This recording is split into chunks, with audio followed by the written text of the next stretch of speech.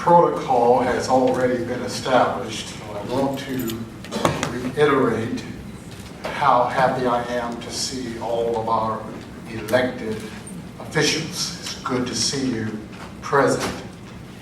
Commissioner Priscilla Taylor is a difficult person to say no to. So we are here to do the best that we can to represent as well as we can.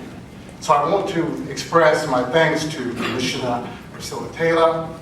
Thank her for inviting me to participate for this, the first annual State of the Dream Community Forum.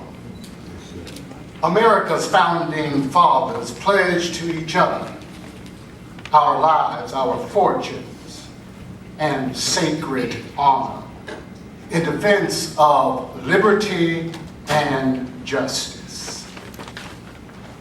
Martin Luther King Jr. was called upon to proclaim his vision for liberty and freedom in a land for all of its inhabitants, and to extend the message of love, nonviolence, peace with justice and reconciliation, to extend it to all people.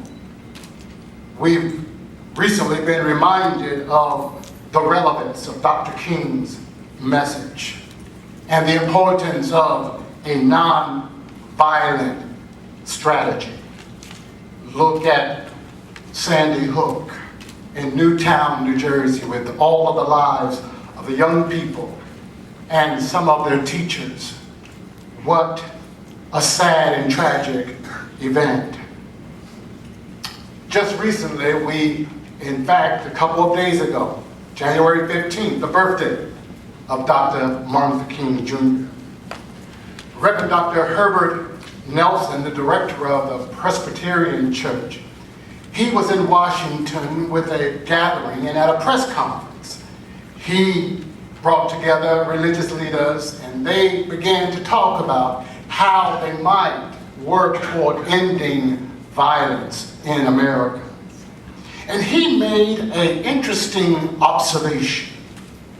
He said that in 18 years from 1979 to 1997, 30,000 gun deaths per year occurred. In fact, he noted that there were 839 more persons killed by guns during the 18 years in the United States than 116 years of foreign wars involving the United States. In times such as these, we need a fresh vision. We need to establish the dream once again.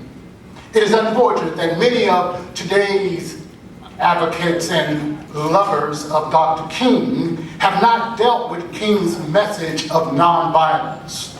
So often we have romanticized the I have a dream speech. And I just thought I'd tell you this evening that the I have a dream speech is a great speech.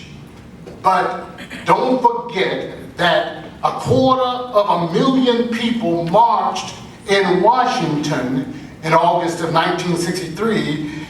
They came to take care of business.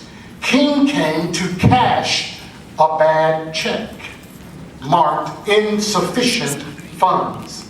And he demanded America cash the check and demanded that the riches of freedom and justice be to every citizen. How soon have we forgotten just how unpopular Dr. King really was during his life and during the struggle for justice and equality? In fact, many Southern whites called him an agitator.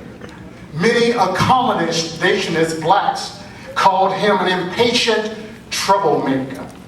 Many black nationalists called him an Uncle Tom, a collaborator of the white political agenda.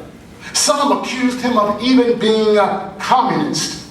Others accused him of self-serving.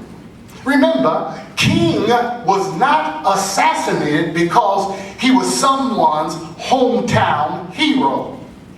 He died because he stood for something. In fact, he once said that any man who refuses to stand for that which he believes is not fit to live.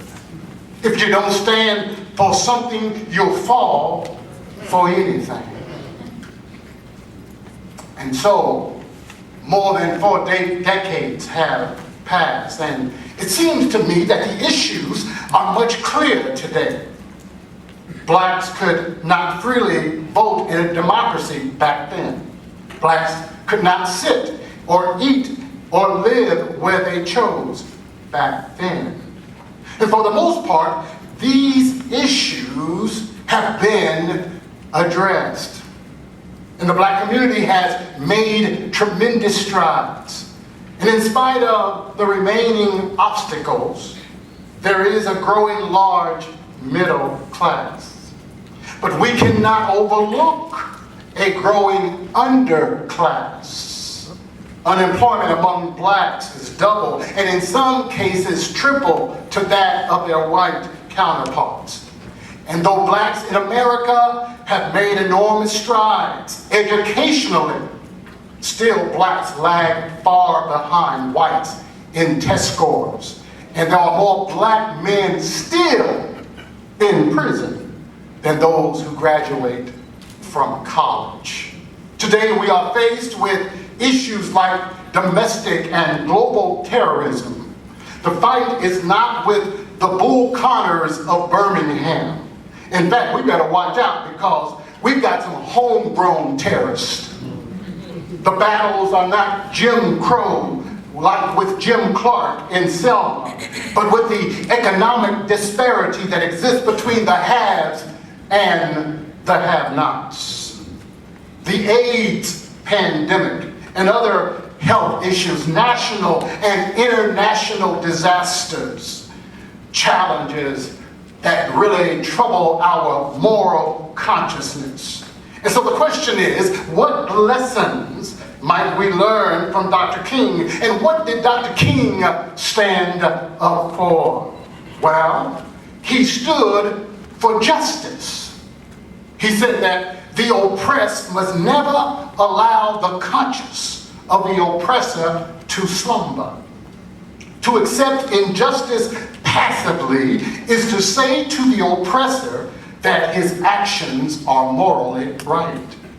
King said, even in criticism of the church, that the church, so often the contemporary church, is weak, ineffectual voice with an uncertain sound. So often it is such an arch defender of the status quo.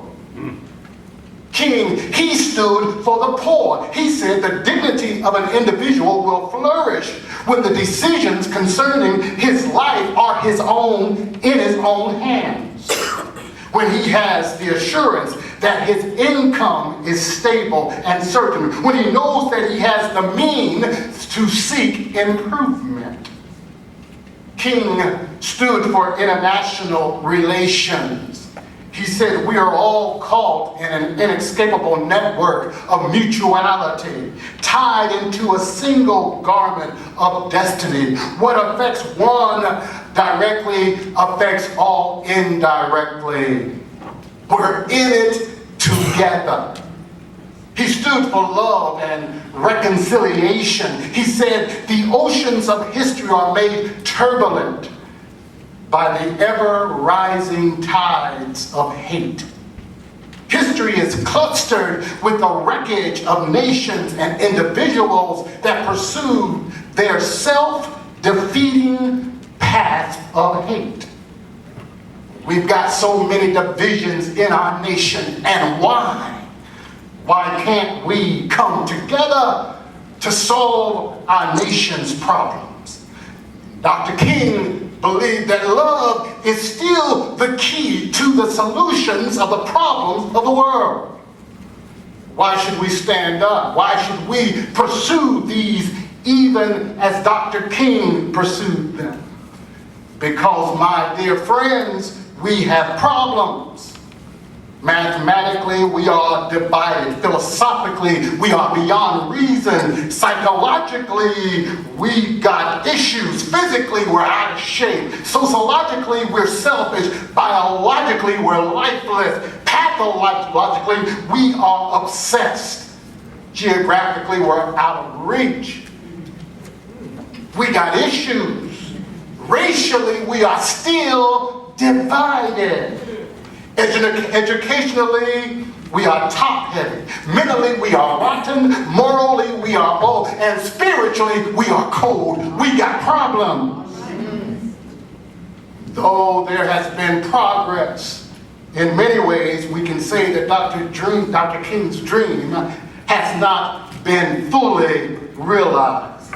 Because it was Dr. King's hope that all men and women might be united as brothers and sisters. Yet as I speak, one of the greatest challenges facing the human race is in our age is that we might all be one. Dr. King based his message, his vision, his dream upon two eternal principles: truth and unconditional love. Noting that injustice anywhere is a threat to justice everywhere. And that truth crushed to the earth will rise again. The truth will outlive a lie. And his truth is marching on. King also spoke of a drum major's instinct. A drum major's instinct. And he said, if you want to say that I was a drum major, say I was a drum major for justice. Say that I was a drum major for peace. I was a drum major for righteousness. And he says, all the other shallow things will not matter. King said, I won't have to have any money to leave behind. I won't have the fine, luxurious things of life to leave behind. But I just want to lead a committed life. And so I say to you this evening, will you be a drum major? A drum major for human rights over military might? Will you be a drum major to the youth today so that they can say no to drugs and to thugs, no to crime and corruption, and say yes to education over immediate gratification? Will you be a drum major to help shelter the homeless and feed the hungry? So, my brothers and my sisters, when we do that, we then can extinguish the flames of violence and oppression. And when the smoke has cleared from the global community, every mountain and hill shall be made low. The crooked shall be made straight, the rough places plain, and the glory of the Lord shall be revealed. And then when freedom-loving people catch hold of Dr. King's vision for justice, we can all say with new meaning, my country, 'tis of thee, sweet land of liberty, of thee I sing, land where my fathers died, land of the pilgrim's pride. From every mountainside let freedom ring. In fact, when freedom-loving people catch Dr. King's vision, we can say with new meaning, this land is your land. This land is my land. Where? From West Palm